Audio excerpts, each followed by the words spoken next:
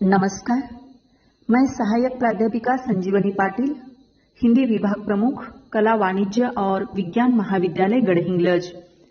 BA भाग 1 ऐच्छिक हिंदी पाठ्यक्रम में सम्मिलित सत्ता इस कविता का आज हम अध्ययन करने जा रहे हैं। यह कविता कवि उदय प्रकाश जी ने लिखी है।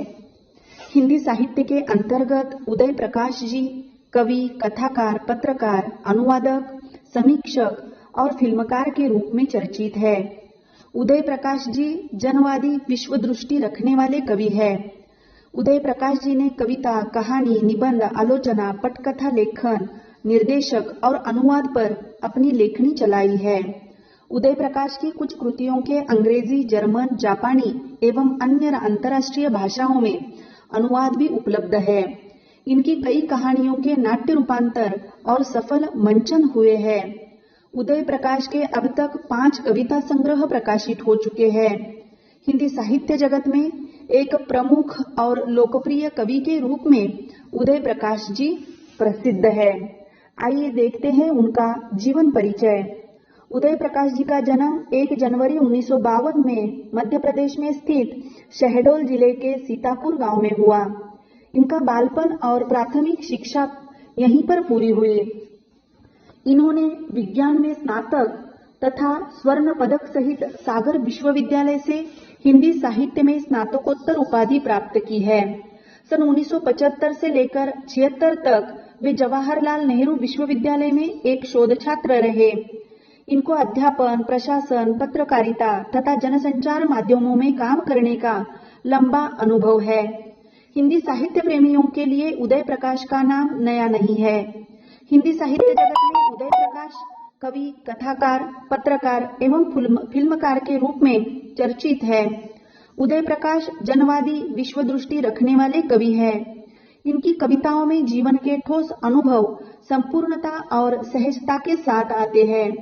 इनकी कुछ कृतियों का अंग्रेजी, जर्मन, जापानी एवं अन्य अंतर्राष्ट्रीय भाषाओं में अनुवाद हुआ है। इनकी कई कहानियों के नाट्य रूपांतर और सफल मंचन भी हुए हैं। वे कई टीवी धारावाहिकों के निर्देशक, पटकथाकार रहे हैं। संप्रति वे स्वतंत्र लेखन, फिल्म निर्माण और स्वतंत्र पत्रकारिता में व्यस्त है। उनके साहित्य से हम परिचित होते हैं। सुनो कारीगर, अबूतर कबूतर, रात में हारमोनियम, एक भाषा हुआ करती है, कवि ने कहा, ये उनके काव्य संग्रह है। कथा साहित्य में दरिया जी का स्कूटर, अरे बा और अंत में प्रार्थना, मोहनदास, मंगोसील, पीली, छतरी वाली लड़की, ऐसे कथा साहित्य भी उनके प्रकाशित हो चुके हैं। ईश्वर की आंख, नई सदी का पंचतंत्र, तेरी मेरी बात, ये निबंध और आलोचना संग्रह भी उनके प्रकाशित है। उनके साहित्य सेवा को ध्यान में रखते हुए उन्हें कई पुरस्कारों से सम्मानित किया गया है, जैसे कि भारत भूषण अग्रवाल पुरस्कार, ओम प्रकाश सम्मान, श्रीकांत वर्मा पुरस्कार, मुक्तिबोध सम्मान, द्विजदेव सम्मान, वनमाली सम्मान, पहल सम्मान, अंतर्राष्ट्रीय पुष्किन सम्मान, साहित्य अकादमी पुरस्कार। उदय प्रकाश जी ने सत्ता कविता में समकालीन परिवेश सच्चाइयों को उजागर किया है। कवि ने इस कविता के माध्यम से आम आदमी और सत्ताधीश के चरित्र को लोगों के सामने रखने का प्रयास किया है। साथ ही किस तरह सत्ताधारी आम आदमी पर हावी होते हैं, इसका दस्तावेज भी रखा है। सत्ताधारियों की अपराधी वृत्ति, गलत नीतियां एवं सामाजिक विसंगतियों का विरोध किया जाएगा तो उस विरोध करने वाले को ही पागल, अपराधी या देशद्रोही साबित किया जाएगा। स्वतंत्र भारत में व्यक्ति स्वतंत्रता की बात नहीं की जाएगी। यदि कोई करता भी है तो उसे आजीवन कारावास में डाला जाएगा। व्यक्ति के बीच संशय का वातावरण तैयार हो गया है, इसीलिए अविश्वास एवं अकेलापन की स्थिति पैदा हो गई है। आइए देखते हैं, हम कविता का पठन करेंगे। पहले, जो करेगा लगातार अपराध का विरोध, अपराधी सिद्ध कर दिया जाएगा। जो करेगा लगातार अपराध का विरोध, अपराधी सिद्ध कर दिया जाएगा। जो सोना चाहेगा वर्षों के बाद सिर्फ एक बार थक कर, उसे जगाए रखा जाएगा भविष्य भर। जो अपने रोग के लिए खोजने निकलेगा दवाई की दुकान, उसे लगा दी जाएगी किसी और रोग की सुई। जो चाहेगा हंसना बहुत सारे दुखों के बीच, उसके जीवन में भर दिए जाएंगे आंसू और आह। जो मांगेगा दुआ, उसे दिया जाएगा उसे शाप। सबसे सभ्य शब्दों को मिलेगी सबसे असभ्य गालियां। जो करना चाहेगा प्यार, दी जाएगी उसे नींद की गोलियां। जो बोलेगा सच, अफवाहों से घेर दिया जाएगा। जो होगा सबसे कमजोर और वध्य, बना दिया जाएगा संदिग्ध और डरावना। जो देखना चाहेगा काल का सारा प्रपंच, उसकी आंखें छीन ली जाएंगी। हुनरमंदों के हाथ काट देंगी मशीनें। जो चाहेगा स्वतंत्रता, दिया जाएगा उसे आजीवन कारावास। एक दिन लगेगा हर किसी का, नहीं है कोई अपना कहीं आसपास। जो चाहेगा स्वतंत्रता, दिया जाएगा उसे आजीवन कारावास। एक दिन लगेगा हर किसी को, नहीं है कोई अपना कहीं आसपास। कविता के पठन के बाद एक बात आप भलीभांति समझ गए होंगे कि आज समाज की वास्तविकता का चित्रण ही इस कविता के माध्यम से हमारे सम्मुख आता है। जैसे कि सत्ताधारियों ने आज आम आदमियों का जीना मुश्किल कर दिया है। कवि कहते हैं कि जो व्यक्ति अपराध के खिलाफ आवाज उठाएगा, उसे हमेशा अपराधी सिद्ध कर दिया जाएगा। सत्तासीन लोगों की घिनौनी राजनीति का पर्दाफाश करने का काम इस कविता के माध्यम से उदय प्रकाश जी ने किया है। देखते हैं हम कविता का आशय और भावार्थ। कवि कहते हैं कि अपराध के खिलाफ आवाज उठाएगा या विरोध करेगा, उसे ही आज के सत्तासीन अपराधी सिद्ध करेंगे। जो व्यक्ति बरसों से अन्याय अत्याचार सहता आया है, वही व्यक्ति अगर एक बार भी व्यवस्था के खिलाफ सोचना चाहेगा तो उसे आजीवन जगाए रखा जाएगा। मतलब उसके दिमाग में हमेशा के लिए डर और आतंक डाला जाएगा। जो व्यक्ति अपने रोग के इलाज के लिए दवाई की दुकान खोजने निकलेगा, उसे ही अन्य किसी रोग की सुई लगा दी जाएगी। मतलब जो व्यक्ति अपनी समस्याओं के समाधान के लिए कोशिश करेगा या कोशिश करने वालों का साथ देगा, उसे हमेशा के लिए विकलांग बना दिया जाएगा। ऐसी विकट स्थिति में कोई व्यक्ति अगर हंसना चाहेगा या बहुत सारे दुखों के बीच में भी सुखी रहने का यत्न करेगा, तो उसके जीवन में दुखों का पहाड़ खड़ा कर दिया जाएगा और उसे हमेशा के लिए रोने के लिए मजबूर किया जाएगा।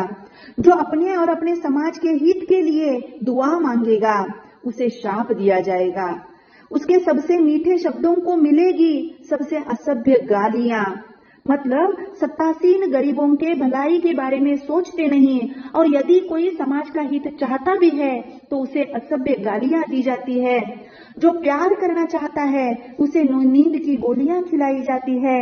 प्यार करने वालों को नशे में या सुप्तावस्था में रखने का काम किया जाता है। यदि सामाजिक विषमता और अव्यवस्था से भरे माहौल के बारे में कोई सच बोलना चाहता है तो उसे अफवाहों से घेर दिया जाएगा या उसे झूठा साबित करने का प्रयास किया जाएगा। जो व्यक्ति सबसे कमजोर और दुर्लक्षित होगा, उसे संदिग्ध और डरावना बना दिया जाएगा। मतलब कमजोर को और अधिक कमजोर और भयभीत कराने का काम आजकल हमारे यहाँ समाज में हो रहा है। जो व्यक्ति गुलामी की स्थिति से स्वतंत्र होना चाहेगा या स्वतंत्रता की बात भी करेगा तो उसे आजीवन कारावास में रखा जाएगा। मतलब विचारों की लड़ाई विचारों से लड़ने के बजाय सत्ताबल का सहारा लेकर विचारों को मारा जाएगा या उसे आजीवन जेल में डाला जाएगा। आज सत्तासीन इतना मुहजोर हो चुका है कि जनता के बीच फूट डालने का काम कर रहा है। उन्हें डर है कि यदि आम जनता संगठित हो गई तो उनकी सत्ता नहीं रहेगी। इसलिए फूट डालो और राज्य करो की नीति का अवलंब किया जाता है। पहले तो अंग्रेजों ने हमारे देश में अपनी हुकूमत कायम रखने के लिए इस नीति का अवलंब किया था, और आज हमारे नेतागण सत्ताधारी लोग इसी नीति का अवलंब करके अपनी कुर्सी को या अपनी सत्ता को अबाधित रखने की कोशिश कर रहे हैं। यदि इस नीति में सत्ताधारी सफल हो गए तो हर किसी व्यक्ति को लगेगा कि उनके आसपास अपना कोई भी नहीं है। जब उसमें अकेलेपन की भावना बरकरार रहेगी तभी तो वह सत्तासीन के अधीन रह सकता है और उसके इशारे पर नाच सकता है। सत्ताधारी वर्ग चाहता है कि आम जनता अपराध का विरोध न करे, समाज हित या दूसरों की भलाई के बारे में न सोचे, समस्या सुलझाने का प्रयत्न भी न करे, निर्बल को सबल बनाने का प्रयत्न न करे, वह हमेशा दुखी रहे, सुख और हंसने के बारे में न सोचे, मतलब हमेशा के लिए शारीरिक और मानसिक दृष्टि से विकलांग रहे। सत्ताधारी की ऐसी कूटनीति से बाहर निकलना है तो आम जनता को संगठित होना पड़ेगा और डटकर मुकाबला करना पड़ेगा। यही संदेश इस कविता के माध्यम से उदय प्रकाश जी हमें देते हैं। इस कविता के माध्यम से उदय प्रकाश जी ने समकालीन सत्तांध शक्तियों की पोल खोल दी है, साथ ही साथ समकालीन परिवेश की सच्चाइयों को उजागर भी किया है। वर्तमान समय में सत्ताधारी वर्ग के आधार पर या सत्ता के आधार पर आम जनता का शोषण कर रहा है।